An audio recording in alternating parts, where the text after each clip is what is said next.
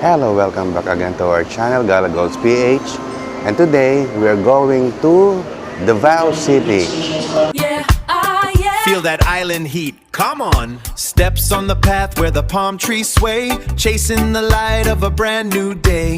Mapping the earth with a restless heart. This is the moment, this is the start. Galagos PH, we catching that flow. High on the mountain, oh where currents go. Keep moving, keep shining, just stay in the light. Galagos PH, everything is alright. So, dito tayo ngayon guys sa Iloilo International Airport. And dumating nga kami kanina dito ng 12:30 galing Aklan. And medyo maaga pa, wala pang tao. So around 4:30 or around 5:30 pa yung boarding time namin. So meron pa kaming time para magpahinga. So time check guys, it's 5:31 in the morning. And andito tayo ngayon sa Iloilo International Airport. So eto siya. So yung flight namin is around 6:30. Time check guys is 5:31. So ikot-ikot muna tayo dito habang naghihintay ng boarding namin. So yung gate namin is nasa kabila. Doon yung mga kasama ko. So tara, ikot ko lang muna kayo dito sa tsura ng kanilang airport. Yan, mayroong mga bakery, cafe.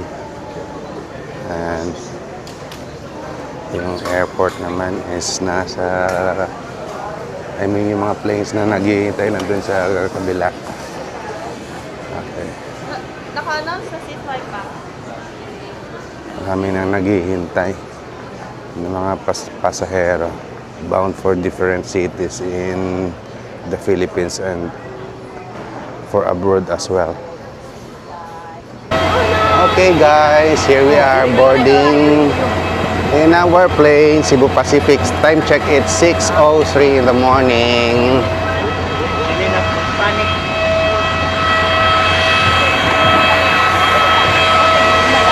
Iloilo Airport.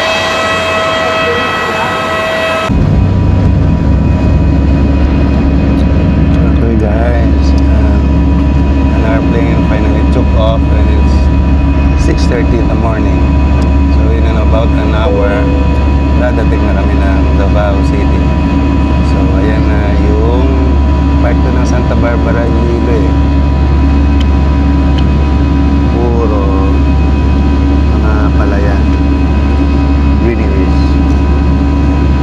See you guys in an hour.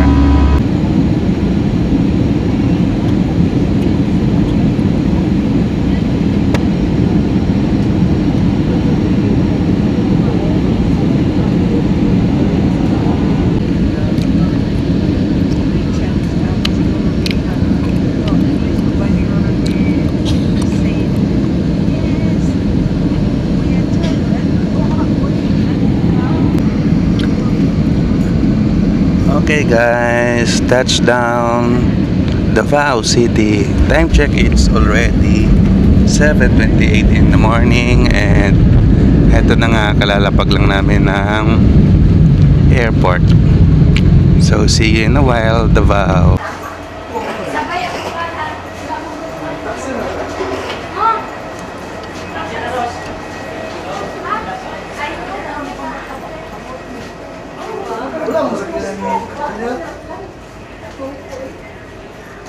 Taxi na mo. Ano na yung bago yung taxi mo, happy po please. Welcome to Davao. Guys, andito na tayo sa Davao.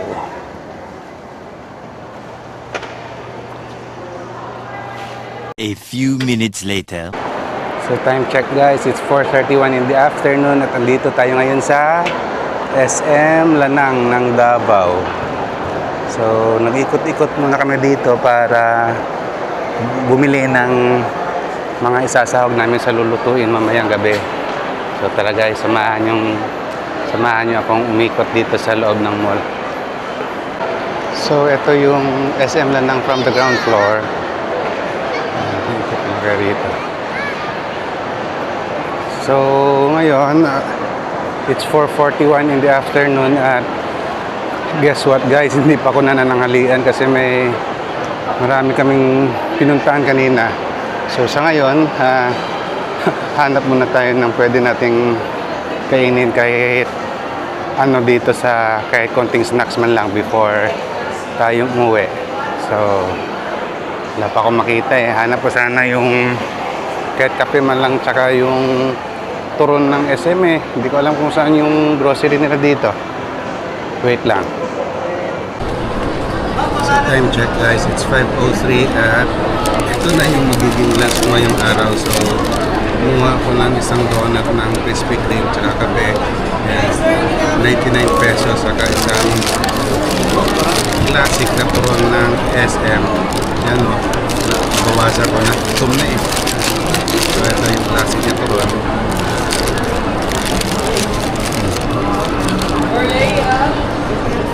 Tapos yung kape. Tapos ng cream.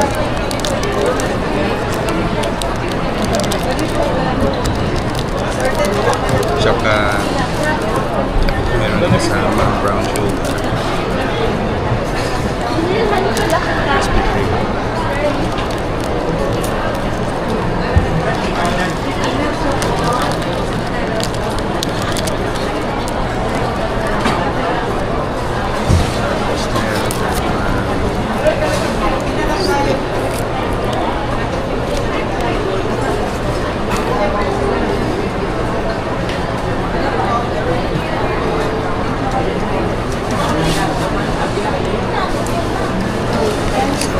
Brewed coffee. Pero parang kulang ng asukal. Dagdagan ko pang isa.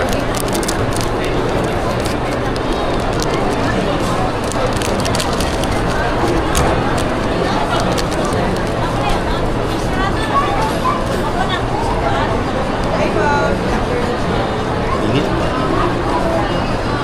Wala, kape tayo guys. Meron din isang donut.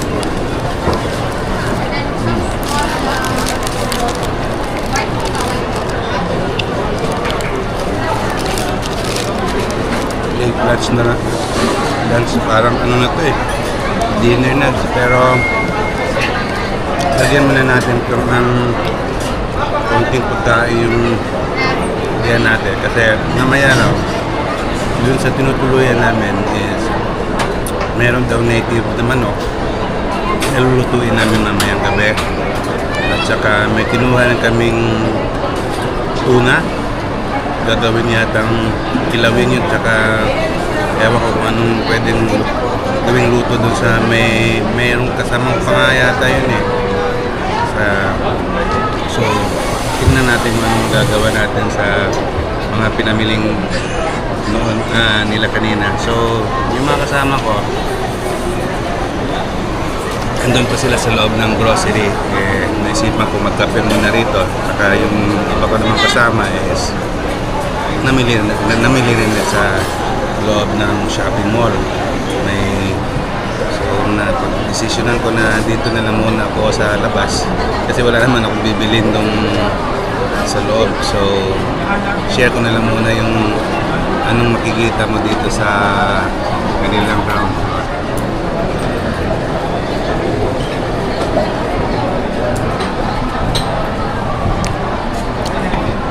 So basically guys, ganyan yung SM. Puno pag ganitong oras. Ngayon is araw ng Martes, 5:07. So malamang nagsisilabasan na yung mga employees at mga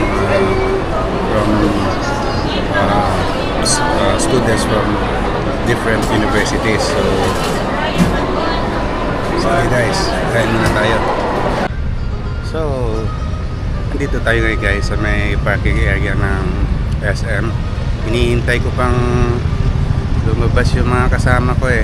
Doon pa sila sa loob. So dinala ko na lang yung kape ko rito sa labas kasi palabas na rin sila maya maya. So naisipan ko mag sightseeing muna rito sa labas.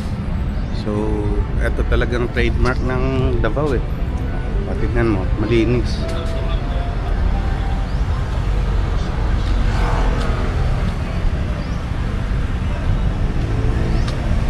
SM Lanang. Yan.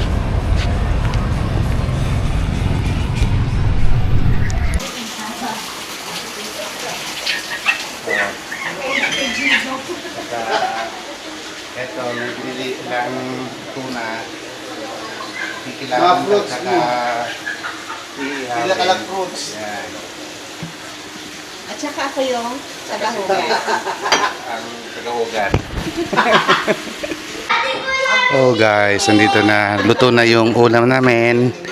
Ayan. Yung tuna. Grilled tuna at saka native na manok. Tsaka ano itong isa? Tatakpan. Yan. Luto na. Tara, kain tayo. Hello, good morning guys. So this is the second day of our trip to Davao. So actually guys, we will be staying here for 3 nights and 4 days. So this is our second day. So actually guys, is naimbitahan kami dito for house blessing. So ito yung bahay na magkakaroon ng house blessing bukas. So if you can see guys, itong hinigaan namin kagabi is nandiyan na naka-plastic pa. Parang kami yung nakauna rito eh. So naimbitahan kami dito and for 3 days, for 4 days and 3 nights, i-explore natin to guys itong city. So actually this is my second visit here in Davao. The first time that I have visited here is way back in 2013 at saka yung napansin ko is marami na ring mga nagbago rito. Medyo matraffic na paghapon, especially paglabasan na ng mga employees.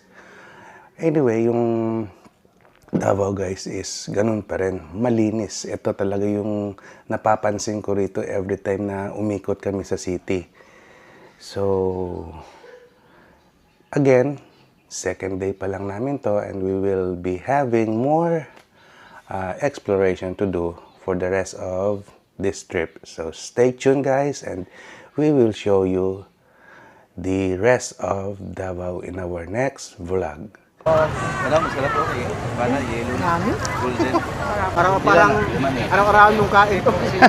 Masarap daw. Kumuha rin sila ng marang. Bangkirahan Public Market. So kung makikita nyo, ang mumura ng paninda rito, yung pipino 12 pesos per kilo. Magkano ang kilo ng ano? Ito 60 kilo per kilo. Yan 70. 60 pesos yung ito. Ito 70 pesos ang lalaki oh. So dito na lang muna siguro magtatapos yung ating episode and for our next uploads, isi-share ko sa inyo yung kabuuan ng Davao trip natin. So see you guys. Bye!